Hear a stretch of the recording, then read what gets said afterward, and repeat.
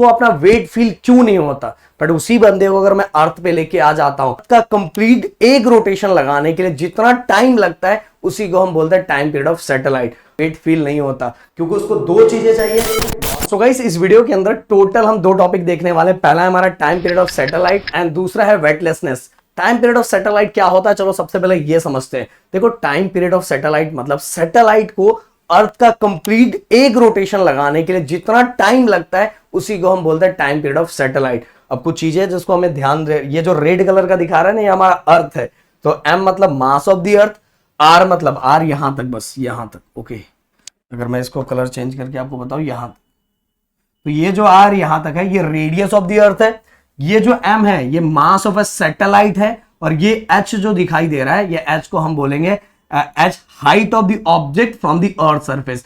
मतलब सैटेलाइट जहां है वहां तक कितना टोटल हाइट पे है उसको हमने एच लिया है। और ये वी ऑफ सी जो दिखाई दे रहा है, आप सभी को इसके पहले वाले वीडियो में मैंने बताया, वी ऑफ सी मतलब क्रिटिकल वेलोसिटी।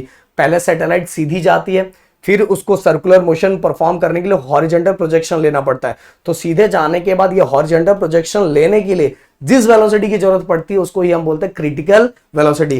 बट हमारा काम इस वीडियो के अंदर तो टाइम पीरियड है, तो चलो टाइम पीरियड निकालते हैं। सबसे पहले टाइम पीरियड का डेरिवेशन फाइंड करते हैं। ये देखो, मैं यहां दो, इसको थोड़ा हम छोटा कर देंगे। अच्छा, ये भी हो जाएगा छोटा, तो हम यहाँ दो अंडरलाइन कर देते हैं, एक और यहाँ कर देते हैं। तो गाइस, इसमें बहुत सारे कन्वर्जन भी हैं जिसको हमें समझना है। तो सबसे पहले देखो, इसके पहले वाले वीडियो मैंने आपको क्रिटिकल वेलोसिटी का जो डेरिवेशन है, फाइनल रिजल्ट है, वो मैंने बताया था, जो था gm/r। ओके, ये हो गया हमारा। अब इसके बाद स्पीड का एक फॉर्मूला और हमने पढ़ा था 9th स्टैंडर्ड में, जो डिस्टेंस अपॉन टाइम होता है। तो यहां सैटेलाइट टोटल कितना डिस्टेंस कवर कर रहा है, टोटल कितना डिस्टेंस कवर कर रहा है। देखो, ये सर्कल का सरकमफेरेंस है। सर्कल का क्या है, सरकमफेरेंस। तो सरकमफेरेंस का फॉर्मूला क्या होता है, फॉर्मूला था 2πr। तो डिस्टेंस अपॉन टाइम, यहां स्पीड को भी हमने क्या लिया, v, स्पीड को भी v लेते हैं यहां। तो डिस्टेंस अपॉन टाइम, और यहां कौन सी वेलोसिटी थी, क्रिटिकल वेलोसिटी। तो यहां भी हम क्रिटिकल ही लेंगे, क्या लेंगे, क्रिटिकल। तो अब देखो, दोनों चीजें सेम हो गई। अगर ये दोनों सेम है तो ये दोनों भी क्या हो जाएगा, सेम हो जाएगा। तो फाइनल, अगर ये सेम है तो ये भी सेम हो जाएंगे। तो मैं इसको ऐसा लिख सकता हूं, gm/r इक्वल 2πr/t, लिख दिया मैंने। ओके, अब गाइस मुझे क्या फाइंड करना है, मुझे टी की वैल्यू फाइंड करनी। किसकी वैल्यू फाइंड करनी, टी की। तो मैं देखो कैसे करूंगा कि सबसे पहले दोनों साइड में स्क्वायरिंग कर देता हूं। स्क्वायरिंग करूंगा तो ये क्या हो जाएगा, gm/r। स्क्वायरिंग करने का जहां रूट होगा वो कैंसिल हो जाएगा, और जहां रूट नहीं होगा वो स्क्वायर हो जाएगा। तो 2 का स्क्वायर 4, पाई का स्क्वायर पाई का पाई स्क्वायर, आर का आर स्क्वायर एंड टी का टी स्क्वायर। ओके, देखो कोई भी चीज अगर मुझे करना है तो मेरा नहीं कि मेरा चलता है, मुझे वो दोनों साइड करना पड़ेगा। तो मुझे ये रूट हटाना था, तो मैंने इस साइड स्क्वायरिंग किया तो रूट हट गया। और इस साइड अगर मैंने इस साइड किया तो मुझे इधर भी करना है। तो 2 का 4 हो जाएगा, पाई का पाई स्क्वायर हो जाएगा, आर का आर स्क्वायर हो जाएगा, टी का टी स्क्वायर हो जाएगा। अब दोस्तों अपने को क्या निकालना है, अपने को टाइम पीरियड निकालना है। क्या निकालना है, टाइम पीरियड निकालना है ना। तो ये डिवाइड में था, इक्वल की साइड आएगा तो मल्टीप्लाई हो जाएगा, ये हो जाएगा टी स्क्वायर। और ये सभी अगर इक्वल की साइड आएंगे तो नीचे है ऊपर चला जाएगा, जो ऊपर है वो नीचे चला जाएगा। मतलब पहले हम ये लिख देते हैं 4 पाई स्क्वायर आर स्क्वायर, लिख दिया। अब देखो नीचे वाला ऊपर चला गया एंड ऊपर वाला gm नीचे आ गया। ओके, अब गाइस देखो, एक चलो मैं यहां पहले डायरेक्ट करवा दूं कि एक कन्वर्जन फैक्टर आपको करवाऊं। नहीं, पहले सबसे पहले मैं टाइम पीरियड करवा देता हूं पूरी तरह से। तो अब देखो, ये स्क्वायर है, स्क्वायर इक्वल के साइड आएगा तो क्या हो जाएगा, स्क्वायर रूट हो जाएगा। स्क्वायर रूट होगा, 4 का स्क्वायर रूट कितना होगा, 2। पाई का कितना होता है, पाई। अब ये स्क्वायर इक्वल के इस साइड गया है, तो पहले हमें 4 का स्क्वायर रूट पता है, 4 का स्क्वायर रूट 2 होता है। पाई स्क्वायर क्या होगा, ओनली पाई। अब देखो, ये आर स्क्वायर आर क्यूब है, और ये नीचे gm है, ध्यान दो अच्छे से। तो देखो, स्क्वायर इक्वल के इस साइड गया तो 4 का स्क्वायर रूट 2 हो गया, पाई स्क्वायर का पाई हो गया, और ये अंदर मल्टीप्लाई हो गया, और ये इसका आंसर ये हो गया। Okay, R square R cube upon GM, R cube upon GM, ये हो गया हमारा, this is expression for time period of a satellite. किसका एक्सप्रेशन हो गया? टाइम पीरियड ऑफ सैटेलाइट का। अब चलते हैं आगे। देखो गाइस यहां तक का डेरिवेशन हो गया टाइम पीरियड का, बट कुछ कन्वर्जन फैक्टर होते हैं। कन्वर्जन फैक्टर मतलब कुछ हमें प्रूफ करने के लिए आता है, जैसे ये प्रूफ करने के लिए आता है T square is directly proportional to R cube. बहुत सारे बच्चे टेंशन लेते हैं कि सर ये कैसे। प्लीज कमेंट करके मुझे ये बताओ, कमेंट करके मुझे आप लोग ये बताओगे कि ये वाला डेरिवेशन, ये वाला ऐसा वाला डेरिवेशन आपने कहीं तो देखा था, कहीं तो देखा था। केसेस का नाम स्टार्ट होता था, याद आ रहा है कि नहीं, और 10th स्टैंडर्ड के अंदर देखा था। तो प्लीज कमेंट करके मुझे जरूर बताना। पर हम यहाँ टाइम पीरियड की बात कर रहे हैं तो हमें वैसा प्रूफ करके देना है। तो हम प्रूफ कर सकते हैं, ये वाला जो पार्ट दिखाई दे रहा ना, इसके अंदर देखो 4 कांस्टेंट है, कभी चेंज नहीं होगा, पाई भी कांस्टेंट है, जी भी कांस्टेंट है, एम भी कांस्टेंट है। पर ये आर क्या होता है? ये आर हमारा डिस्टेंस है किसका? सैटेलाइट का, फ्रॉम दी अर्थ। तो ये चेंज हो सकता है, कभी यहां भी रह सकता है, कभी यहां भी रह सकता है, तो ये वैल्यू चेंज होगी। बट ये 4 पाई जी एम, ये मैं भी यही बोलूंगा, मेरे आगे आने वाले जनरेशन भी यही बोलेंगे, चेंज होने वाला नहीं है। तो जब भी मैं कांस्टेंट एंड इक्वल निकालता हूं तो वहां क्या लगता है? प्रोपोर्शनल का साइन। तो मैंने कांस्टेंट निकाल दिया, तो इक्वल और कांस्टेंट मैंने निकाल दिया, तो किसकी वैल्यू लगेगी? प्रोपोर्शनल की साइन। आर स्क्वायर और आर कितना हो जाएगा? आर क्यूब हो जाएगा। तो ये हमने प्रूफ कर दिया। बस इतना सा ही प्रूफ करना था कि 4 पाई स्क्वायर जी एम ये क्या है? कांस्टेंट है। और जब भी कांस्टेंट और इक्वल निकालूंगा तो ये हो गया प्रूफ। अगर एग्जाम में आता है तो ही बच्चे इसको लेके टेंशन लेते हैं। भाई कुछ नहीं, नॉर्मल तरीके से करो, बस लास्ट में जो कांस्टेंट वैल्यू है उसको प्रूफ कर दो कि ये कांस्टेंट है, कांस्टेंट और इक्वल निकाला तो हमारा आएगा प्रोपोर्शनल का साइन। और प्रोपोर्शनल के साइन को प्रोपोर्शनल का साइन को लगाएंगे तो ये हो जाएगा T square is directly proportional to R cube. Okay, अब गाइस कुछ और जो हमें, पहले मैं इसको मुझे लगता है हटा देना चाहिए, इसका काम हो गया है। नहीं चलो मैं ऊपर ले लेता हूं, सबसे अच्छा। अब देखो एक और कन्वर्जन फैक्टर होगा, कभी कभी हमें न्यूमेरिकल्स में काम आता है। सबसे पहले मैं ये लिख देता हूं, T equal to 2 pi under root R cube upon G M, लिख दिया मैंने। ओके, अब मैं इसको ऊपर ले लेता हूं। डेरिवेशन तो वहीं तक था, डेरिवेशन जो मैंने स्टार्टिंग करवाया था।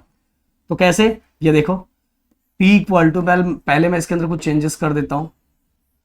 आर की जगह पे मैं ऐसा भी लिख सकता हूं, आर प्लस एच का होल क्यूब अपॉन जीएम, लिख दिया। अब इस जीएम को मैं रिप्लेस कर सकता हूं, कैसे? ये जी ऑफ एच का फॉर्मूला आप सभी को पता होगा, acceleration due to gravity at a certain height. अब याद हो गया होगा सर क्या करवा रहे हैं, GM upon R plus H का होल स्क्वायर, यही फॉर्मूला था ना, यही फॉर्मूला था। अब मुझे जीएम की वैल्यू चाहिए, इसलिए मैं इसको इसके साथ मल्टीप्लाई करूंगा। तो जीएम इक्वल टू क्या आ जाएगा? GM equal to G of H R plus H का होल स्क्वायर। तो जीएम की वैल्यू आ गई, जीएम की वैल्यू को हम यहां पुट करेंगे। चलो मैं यहां सामने ही कर देता हूं, 2 पाई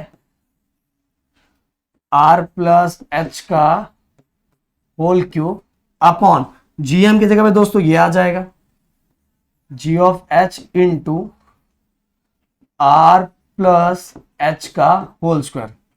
अब देखो ये कैंसिल और यहां कैंसिल, मतलब यहां 2 था, यहां 3 था, तो एक बचेगा यहां। तो हमारा फाइनल रिजल्ट क्या आ जाएगा? T equal to 2 pi under root R plus H upon G of H. Okay, ये हो गया एक रिजल्ट, ये हो जाएगा। और एक और रिजल्ट हम ये फाइंड कर सकते हैं, अगर सैटेलाइट, अगर आपके न्यूमेरिकल्स में ऐसा आता है कि satellite very close to the earth, satellite very close to the earth, तो उस समय गाइस, उस समय ध्यान रखना, उस समय ये डेरिवेशन में क्या चेंजेस हो जाएगा पता है? कि जी ऑफ एच के जगह very close to the earth है, तो acceleration due to gravity which is equal to g हो जाएगा। क्या हो जाएगा? जी। तो very close to the earth है तो सर्टेन हाइट पे एक्सेलरेशन ड्यू टू ग्रेविटी नहीं लेंगे, हम उसको जी ही लेंगे, और एच हमारा क्या हो जाएगा? 0 हो जाएगा। अगर satellite very close to the earth है तो हाइट को क्या लेते हैं? 0, और हाइट को अगर 0 ले लिया तो जी ऑफ एच थोड़ी लेंगे, ओनली क्या लेंगे? जी लेंगे। समझ में आया? तो इसके जगह हम चेंज करेंगे, T equal to 2 pi under root, इस एच के जगह पे 0 हो गया, ये बचा ऊपर आर और नीचे क्या बचा? जी। तो ये हो गया, ये डेरिवेशन, ये एक्सप्रेशन किसके लिए है? जब satellite very close to the earth है, very close to the earth. तो गाइस इतना सब चीजें मैं बता दिया, देखता हूं एक साथ अगर सभी चीजें आएगी तो मैं यहां दिखा देता हूं। आ गया, दिखेगा कि नहीं? दिखेगा शायद, दिख रहा है, हाँ दिख रहा है, ये देखो। तो भाई पहला ये वाला पार्ट और डेरिवेशन वाला पार्ट यहां तक है सैटेलाइट का डेरिवेशन वाला पार्ट यहां तक है। फिर हमने पहला कन्वर्जन किया, मतलब अगर प्रूफ कभी कभी ऐसा आता है, फिर इसके बाद गाइस हमें इस जीएम के जगह पे, अगर मुझे जीएम के को रिप्लेस करना तो जीएम को रिप्लेस कैसे करूंगा, ये वाले फॉर्मूले का यूज करके, तो मैंने रिप्लेस किया। फिर अगर very close to the earth है तो वेरी क्लोज टू दी अर्थ पे एच और जी ऑफ एच चेंज हो जाएगा, एच की जगह भी 0 हो जाएगा और जी ऑफ एच की जगह भी जी हो जाएगा। तो ये पूरा आप स्क्रीनशॉट ले सकते हो। अब चलते हैं नेक्स्ट टॉपिक की तरफ, अगर दिख रहा होगा थोड़ा अच्छे से, नहीं तो जैसे जैसे मैं लिखवा रहा था वैसे वैसे तो आपने याद किया ही होगा।